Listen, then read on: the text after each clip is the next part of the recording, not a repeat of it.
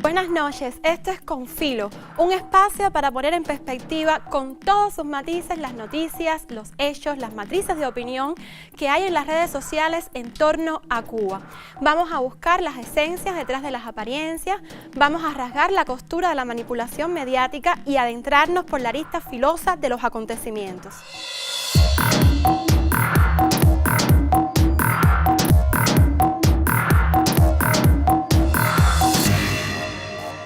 Estados Unidos, que controla con manos de hierro la gobernanza mundial de la Internet, propaga constantemente la narrativa de ser el guardián de la Internet y del libre flujo de información. Quienes se oponen a esa visión son tildados de censores y dictadores. Necesitan el control absoluto de la autopista por donde desplegar sus armas de subversión y guerra cultural. El nuevo empeño de la Casa Blanca contra Cuba, azuzada por las fuerzas anticubanas en el Congreso, es buscar proveer a los cubanos de un servicio paralelo de Internet gratuito, en clara violación de la soberanía nacional. Estamos haciendo todo lo que podemos para proveerle Internet y que no sea controlado por el régimen, que en realidad corta ese acceso como hicieron en medio de las protestas. El senador Rick Scott, por su parte, celebró la decisión publicando en su cuenta de Twitter, y cito: "Hoy me uní con Marco Rubio para luchar por el valiente pueblo cubano que necesita y merece acceso a Internet gratuito y sin censura. Me alegro que mis colegas en el Senado aprobaran por unanimidad esta enmienda vital". A nivel local, líderes del exilio cubano como Orlando Gutiérrez Boronat del Directorio Democrático Cubano también reaccionaron. Es una medida acertada en la lucha por la democracia. El acceso a la información le permite a los cubanos en la isla coordinar sus acciones y protestas de manera sostenida. Sin embargo, cree que aún se debe hacer más. ¿Es el Internet suficiente? No, hace falta otras medidas, pero el Internet es un paso clave en lograr apoyar este movimiento nacional por el cambio, por la libertad que comenzó en Cuba el 11 de julio. ¿Internet para la información o para la subversión? ¿Por qué tanta generosidad gratuita con los cubanos que no tienen ni con sus propios ciudadanos? Así lo pone en la mira el sitio Cuba Información desde el País Vasco. ¿Internet? Nos dicen que la Casa Blanca busca burlar el bloqueo de Internet en Cuba, en referencia a la interrupción del servicio hace un mes durante 48 horas tras un ataque en redes sociales a gran escala mediante troles y robots desde los Estados Unidos. Ahí estudian ahora la instalación de globos Wi-Fi que impidan interrupciones semejantes en la isla. Y lo proponen los mismos que imponen el bloqueo tecnológico a Cuba, incluyendo los servicios de Internet. Si echamos un vistazo al mapa de los cables de fibra óptica del Caribe, vemos que solo dos llegan a Cuba: el que parte de Venezuela y único que da servicio a la isla desde hace apenas 8 años, y el de la base naval estadounidense en Guantánamo. Las leyes del bloqueo impiden la contratación y conexión del resto, lo que ha significado para Cuba un retraso de años en el desarrollo de Internet. A pesar de ello, la conectividad hoy es del 64% en la isla, siendo, según la agencia británica We Are Social, uno de los 20 países con mayor crecimiento. El bloqueo además impide acceder desde Cuba a más de 60 programas y servicios de uso muy extendido en el mundo, como Zoom, PayPal, Google Maps o WeTransfer. Lo muestra un informe reciente de GitHub, la mayor plataforma mundial de software libre. Nada que leamos en la prensa corporativa, mientras el llamado Grupo de Tarea de Internet para Cuba, entidad creada en 2017 por la Casa Blanca, sigue pilotando una enorme operación de ciberguerra contra la isla mediante el bombardeo en redes sociales. El objetivo: hacer estallar la caldera de la sociedad cubana, aprovechando las penurias económicas creadas por el bloqueo, las sanciones y la pandemia. Todo en la comodidad que le brinda el apoyo o silencio cómplice de una prensa incapaz de destapar su escandaloso y evidente cinismo.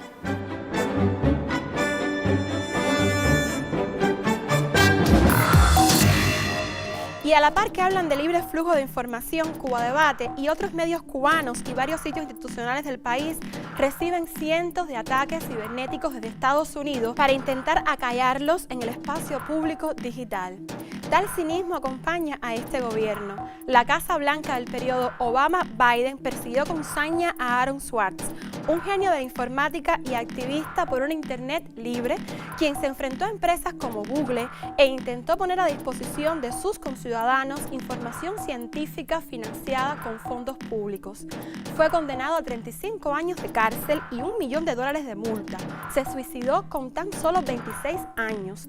Así lo cuenta el documental El hijo de Internet, la historia de Aaron Swartz. Este es un pequeño fragmento que vamos a compartir con ustedes. The list of organizations Swartz founded or co-founded is enormous. And years before Edward Snowden would expose widespread internet surveillance, Swartz was already concerned. It is shocking to think that the accountability is so lax that they don't even have sort of basic statistics about how big the spying program is. And if the answer is, oh, we're spying on so many people we can't possibly even count them, then that's an awful lot of people, right? It would be one thing if they said, look, you know, we know the number of telephones we're spying on, we don't know exactly how many real people that corresponds to, but they just came back and said, we can't give you a number at all. That's pretty, I mean, it's scary is what it is. Well, that's scary. You know, they put incredible pressure on him, took away his, you know, all of the money he had made. They, you know, threatened to take away his physical freedom. Why'd they do it? You know, I mean, well, why are they going after whistleblowers? You know, why are they going after people who tell the truth about all sorts of things? I mean, from the banks to the, you know, to war, to just sort of government transparency. So secrecy serves those who are already in power. And we are living in an era of secrecy that coincides with an era where the government is doing also a lot of things that are probably illegal and unconstitutional. So those two things are not coincidences. It's very clear that this technology has been developed not for small countries overseas, but right here for use in the United States by the U.S. government. The problem with the spying program is it's this sort of long, slow expansion, you know, going back to the Nixon administration, right? Obviously, it became big after 9/11 under George W. Bush, and Obama has continued to expand it, and the problems have slowly grown worse and worse. But there's never been this moment you can point to, say, okay, we need to galvanize opposition today because today is when it matters. Instead, it's mattered for. The prosecution, in my estimation, of Aaron Swartz was about sending a particular laser-like message to a group of people that the Obama administration sees as politically threatening. And that is essentially the hacker, the information, and the democracy activist community. And the message that the Obama administration wanted to send to that particular community was, in my estimation, we know you have the ability to make trouble for the establishment. And so we are going to try to make an example out of Aaron Swartz to scare as many of you as possible into not making that trouble.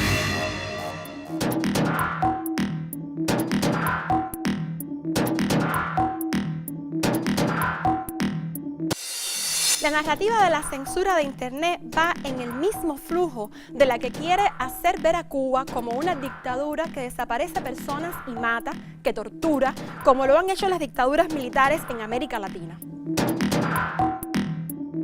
Estamos hablando de genocidio, no estamos hablando de protestas en las calles, no estamos hablando de gente insatisfecha, estamos hablando de genocidio. Están matando a la gente en Cuba. Están matando a menores en Cuba. Hay un pueblo muriendo, hay un pueblo torturado. Una narrativa de Gulag del Caribe que una y otra vez han querido imponer. El argentino Néstor Conhan nos recuerda en su página de Facebook la respuesta de Fidel a las acusaciones sobre la tortura. Pero yo debo informarte.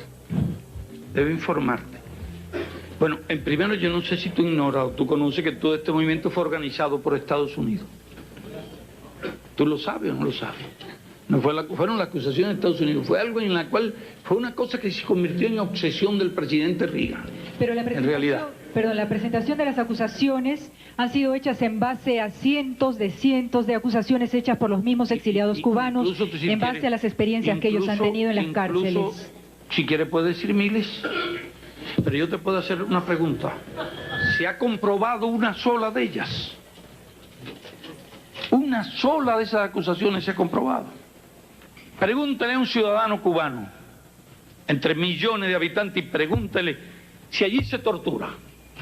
Y si conocen un solo caso de tortura, uno solo, no digo 100, ni 50, ni 20, ni 10, ni 5, uno solo. Lo que se busque allí. Y el pueblo de Cuba sabe eso, y los amigos de Cuba saben eso. Y tenemos muchos amigos muy honorables en el mundo. Y no serían amigos nuestros si eso fuera verdad, si esas calumnias fueran verdad. ¿Quiénes son los que nos calumnian? ¿Quiénes los que combaten el apartheid? Los que combaten el hambre, la pobreza en el mundo, la injusticia en el mundo, los que combaten el colonialismo. No son los enemigos de los pueblos los que nos combaten y no nos perdonan nuestra actitud digna de lucha, de rebeldía frente al imperio. Son ellos. Creo que es un insulto a los muchos excelentes amigos que tenemos en el mundo. La mera idea de que nosotros fuéramos unos torturadores. Se puede insultar así a nuestro pueblo, que es un pueblo con una cultura y una conciencia revolucionaria, educado por la revolución. Porque fue la revolución misma la que inculcó el principio de que hay que respetar la integridad física de las personas. Entonces esa es la conducta de nuestro pueblo, es un insulto a nuestro pueblo. Y además es un insulto a la opinión pública mundial. Porque mentirle a la opinión pública mundial es una ofensa. Si yo te digo mentira a ti, te estoy insultando. Si yo le digo mentira a ustedes, aquí los estoy insultando y le estoy faltando el respeto.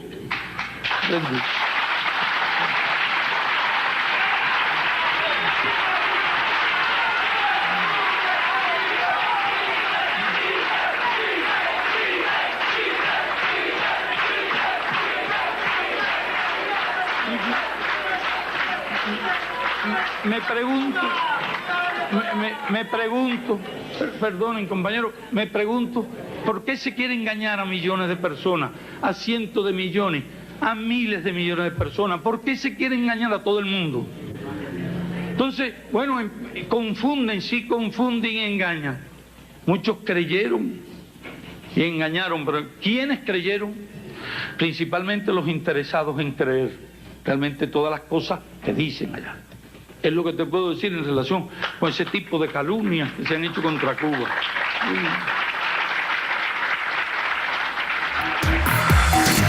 Él en sus 95 sigue vivo. Les recomiendo ir al sitio Fidel Soldado de las Ideas y leer La tortura no puede ser jamás justificada.